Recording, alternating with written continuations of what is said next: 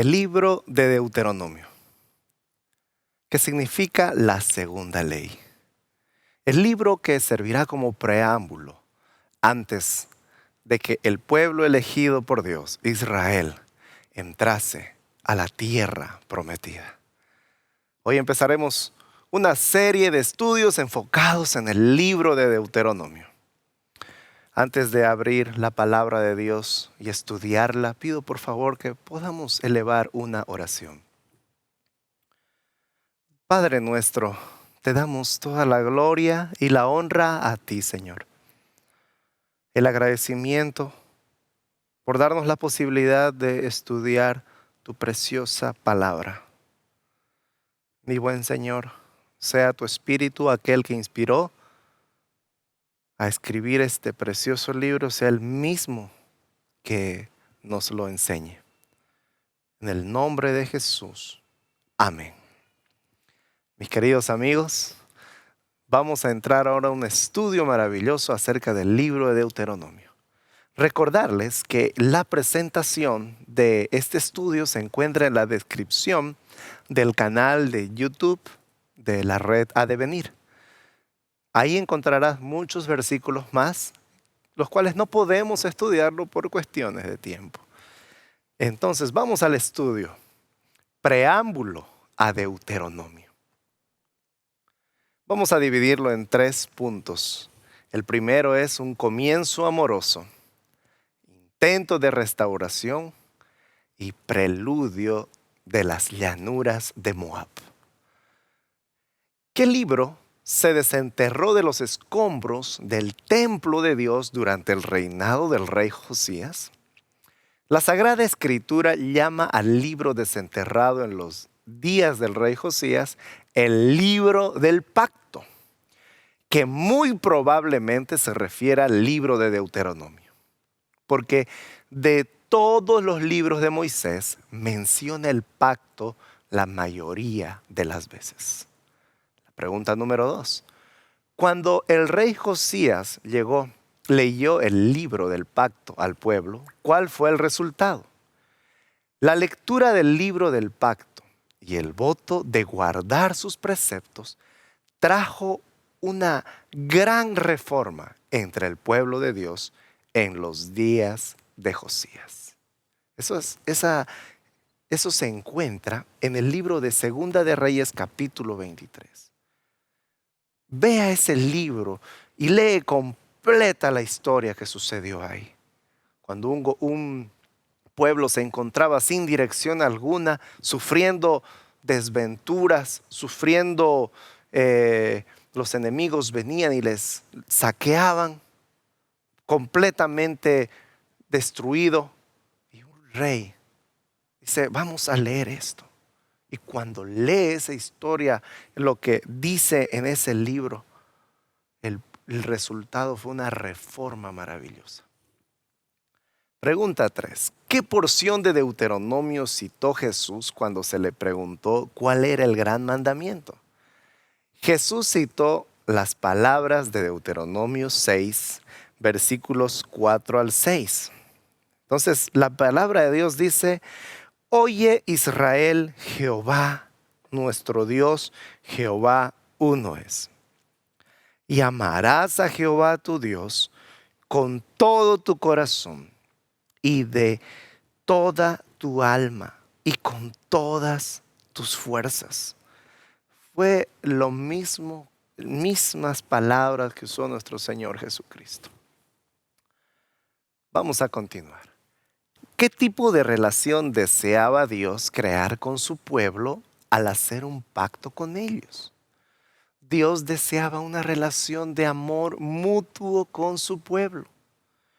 Por eso hizo un pacto con ellos, porque solo en el pacto se puede mantener y crecer el amor.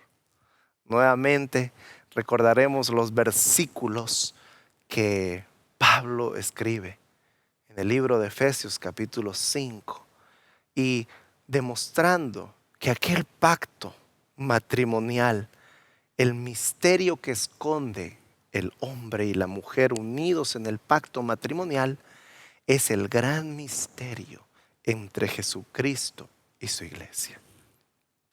¿Qué libro de Moisés menciona el amor más que cualquier otro? El libro de Deuteronomio menciona el amor más que cualquier otro libro de Moisés. ¿Qué elemento del huerto del Edén dio evidencia de que Dios extendía y deseaba el amor voluntario de sus criaturas? Ahora sí vamos a ir al Edén a recordar algo. El árbol del conocimiento del bien y del mal demostró que Dios extendió la libertad de elección a sus criaturas para que fueran libres de amarlo o no. Y aquí tenemos que dar algunas palabras aclaratorias con respecto a un entendimiento diferente a lo que la Biblia enseña en cuanto a esa libertad de elección. Adán y Eva fueron creados con esa libertad de elección. Tenían la posibilidad y Dios les dice, bueno, hay un pacto de obras, es conocido como el pacto de obras. Adán, si tú haces esto, todo está bien. Pero Adán cometió una desobediencia. Desobedeció a Dios, tanto Adán como Eva. Entonces, podemos ver ahí que nuestros padres, Adán y Eva, tenían esa libertad. Pero ahora, ¿qué pasó después? ¿Qué sucede después? Que caen en pecado. ¿Será que los hijos de Adán y Eva que viniesen tendrían la misma libertad de desear amar a Dios o no amarlo? Es interesante esa pregunta. Yo quiero leerles, vamos a ir vamos a ver Efesios, el libro de Efesios. Quiero leerles una verdad que está en muchas partes de la Biblia. El capítulo 2 de Efesios dice en el versículo 1, y Él os dio vida a vosotros cuando estabais muertos en vuestros delitos y pecados. ¿Qué? ¿Cuál es la condición del hombre? Está muerto en sus delitos y en sus pecados. Una canción antigua decía, Dios está aquí y el diablo está aquí. ¿A quién le darás tu corazón? Era como si dependiese del hombre, si servirle a Dios o al diablo. Pero la condición del hombre no es aquella libertad que gozaba Adán y Eva, sino que la condición del hombre, Efesios nos dice que estabais muertos en vuestros delitos y en vuestros pecados. Es más, el Señor Jesús nos va a aclarar un poco más en Juan, cuando le dice a los fariseos, ustedes son de vuestro padre el diablo, y los deseos de su padre queréis hacer. Lamentablemente, después de la caída de Adán y Eva, el hombre había pasado a un estado de completa incapacidad de obedecer a Dios. Y se encontraba atado por el hombre fuerte que menciona Jesús, el diablo. De ahí la importancia, mis amigos, de la predicación del evangelio. ¿Por qué? Porque ¿qué es el evangelio? Yo quiero que vayamos a Romanos. Romanos capítulo 1, versículo 16. Dice, porque no me avergüenzo del evangelio. ¿Por qué? Porque el evangelio es el poder de Dios para salvar a todo aquel que cree. El evangelio es aquella palabra que el Señor Jesucristo habla al muerto y por obra divina el muerto se levanta. Me encanta ver la escena de Juan 11, cuando Lázaro yacía completamente muerto en estado de putrefacción. ¿Cuánta capacidad tenía Lázaro para ir donde Jesús ¿Estaba capacitado Lázaro para levantarse y ir donde Jesús? Definitivamente no. Al igual que Lázaro, como estaba Lázaro muerto físicamente, el hombre después de la caída se encuentra muerto espiritualmente. ¿Se entiende hasta acá? Y se necesita la palabra del Señor. Así como Lázaro, sal. De la misma manera, la palabra de Dios habla hoy al hombre para levantarnos de la muerte de nuestro pecado. ¿O por qué? Yo quiero que pienses en algo. Vamos a hacerlo un poco más práctico. Yo quiero que pienses en algo. ¿Por qué no puedes salir de ese vicio que te ha atrapado? Vamos, ¿por qué no puedes hacerlo? Muchas personas que sufren de alcoholismo dicen, no, yo solo tomo porque es fin de semana. No, yo solo es un ratito, yo el día que yo quiera lo dejo. Vamos, hazlo entonces. Hazlo. La libertad en la cual que pensamos que vivimos solo es una cadena larga que Satanás ha colocado a cada ser humano. Y tenemos libertad, sí, libertad para pecar. Solo cuando es predicado el poderoso evangelio de nuestro Señor Jesucristo, es cuando el hombre se levanta de los muertos y recibe ese precioso llamado de nuestro Señor Jesús. El que quiera tomar de esta agua, que venga. Miradme y sed salvos.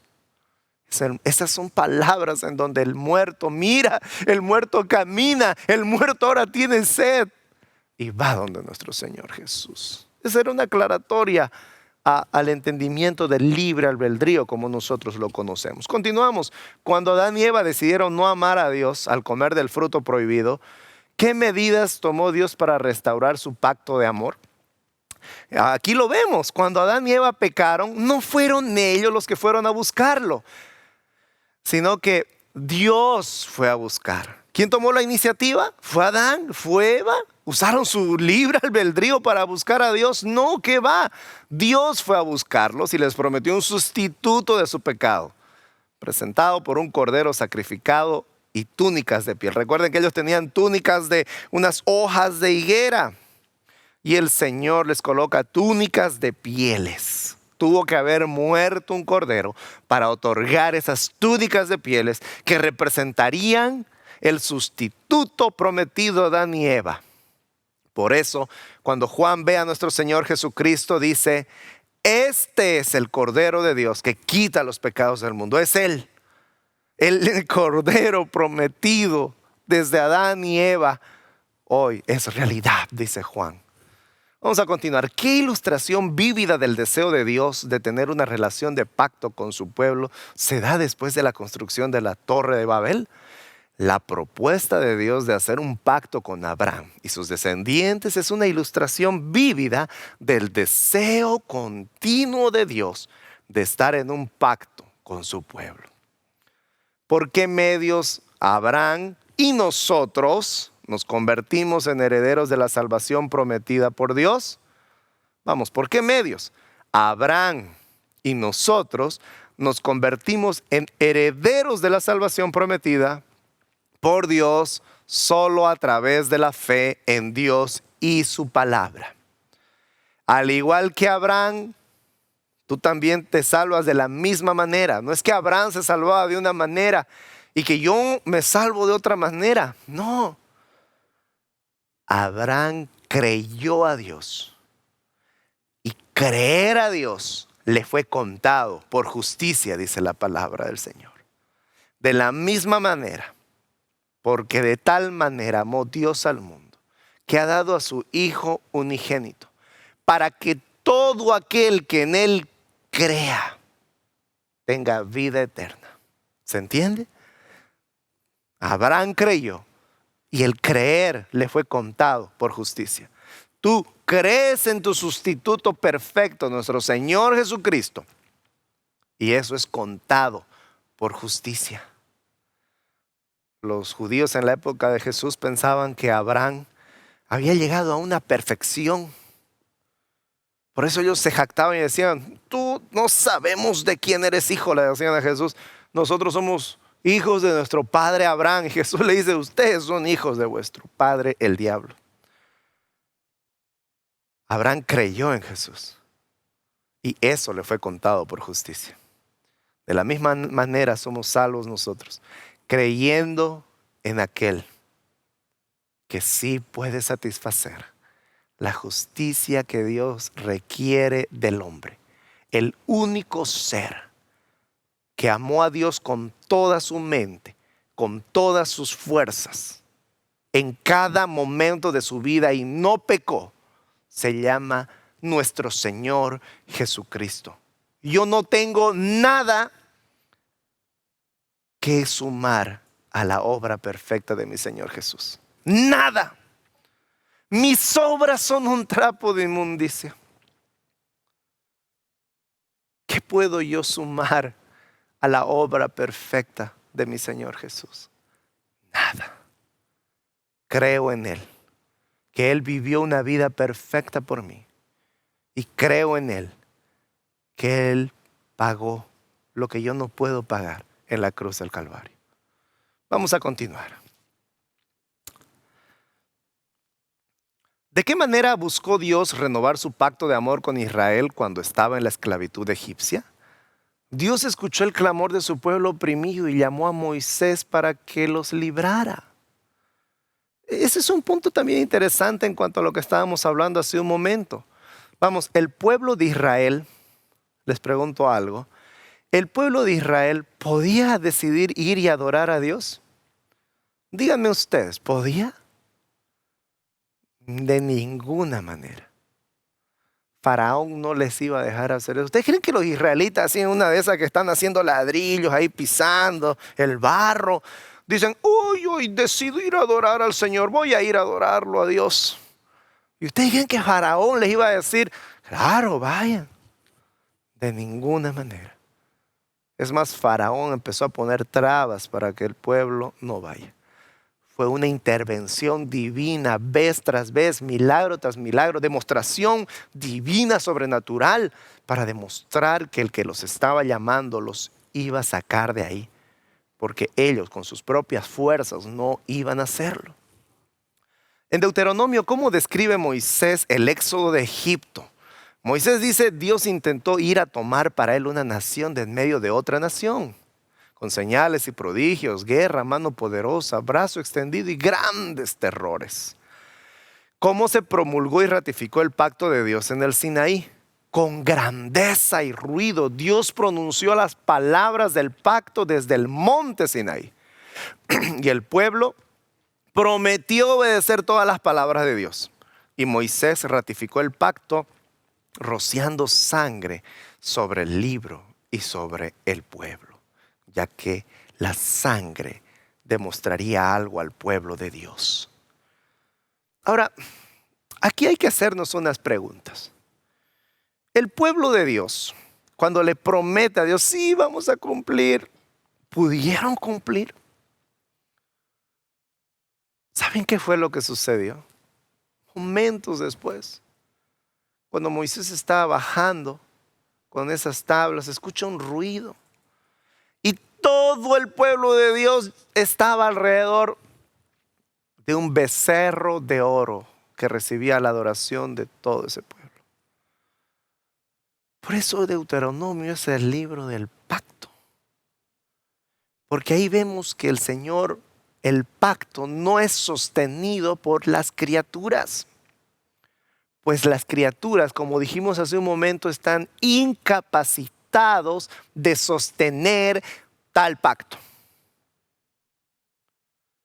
Solo Dios puede sostener ese pacto. Solo el Señor. Por eso, Salmo 3:8 dirá que la salvación es de Dios, no de los hombres. ¿Por qué el pueblo de Dios rompió su promesa mientras estaba a la sombra del monte Sinaí en Cádiz?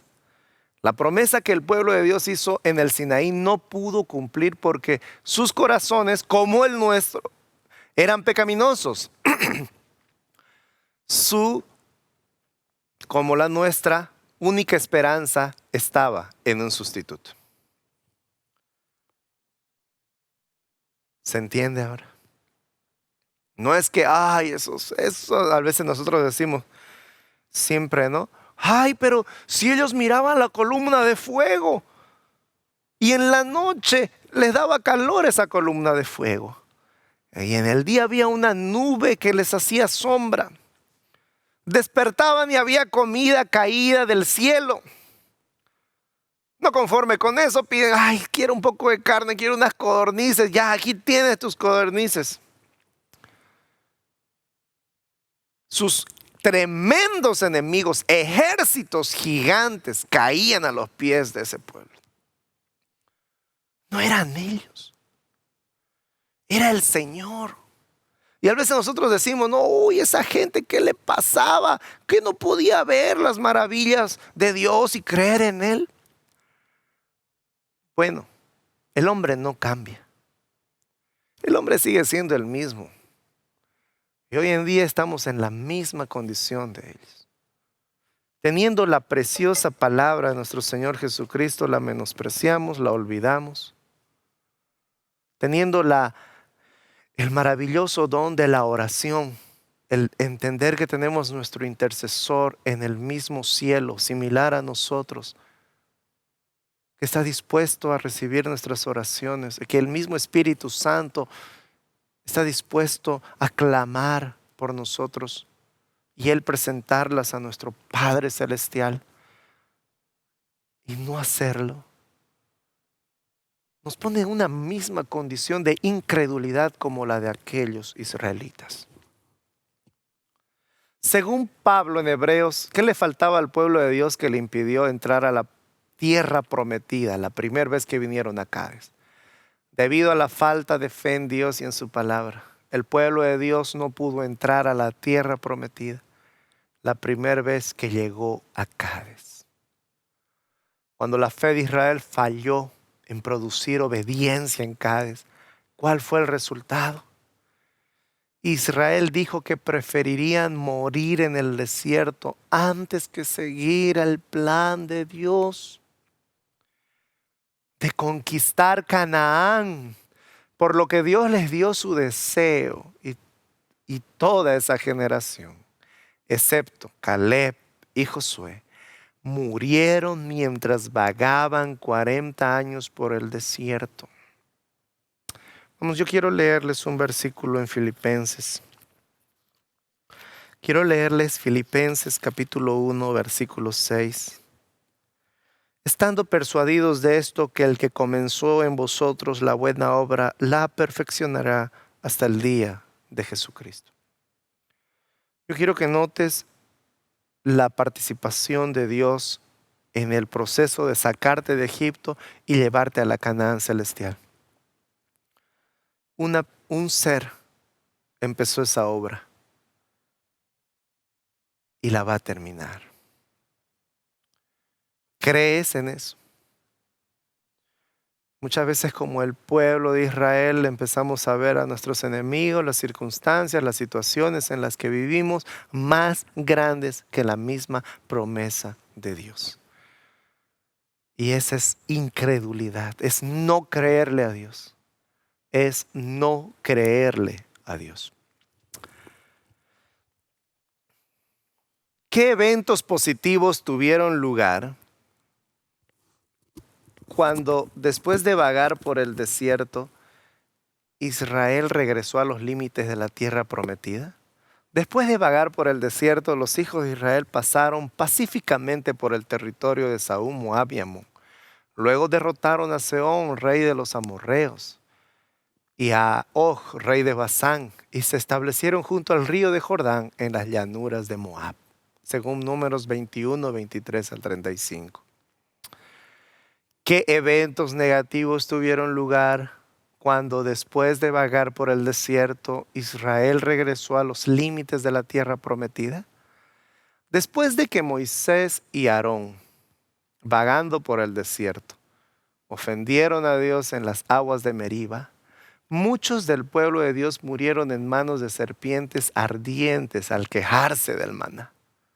Y Balac, rey de Moab, contrató a Balaam, quien después de no maldecir a Israel, ideó un plan destructivo: seducir al pueblo de Dios, usando seductoras mujeres madianitas.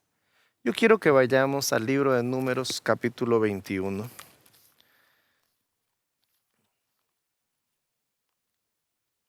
Números, capítulo 21, y veamos los siguientes versículos. Es una historia muy triste. Números, capítulo 21, es la serpiente de bronce. Cuando esta gente se queja del maná. Y empieza a suceder algo. Quiero leerles algo. Después partieron del monte de Hor camino al Mar Rojo para rodear la tierra de Edom, y se desanimó el pueblo por el camino. Y habló contra Dios, contra Moisés: ¿por qué no nos hiciste subir a Egipto? Quiero que piensen en esas palabras. Para que muramos en este desierto, pues no hay pan ni agua. Nuestra alma tiene fastidio de este pan tan liviano. Y Jehová envió entre el pueblo serpientes ardientes que mordían al pueblo, y murió mucho pueblo de Israel. Entonces el pueblo vino a Moisés y dijo: hemos pecado por haber hablado contra Jehová y contra ti. Ruega a Jehová que quite de nosotros estas serpientes. Es interesante ver eso, de que cuando menospreciamos a Dios, tenemos una vida que menosprecia a Dios. Y pensamos que lo que tengo es por mí, por mi intelecto, por mi habilidad, por mi esfuerzo. El Señor nos disciplina. El rey de Babilonia se había parado en su terraza y dijo: wow, qué hermosa es mi ciudad. Y tuvo que estar 7 años en disciplina, porque él no había reconocido que el que coloca y quita reyes es nuestro Dios.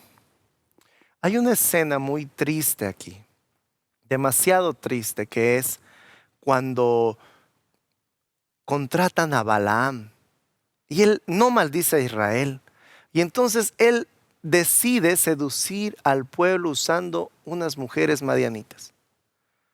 Al no hacerlo con la fuerza, empieza a usar la seducción. ¿Y saben qué es lo más triste de esta escena?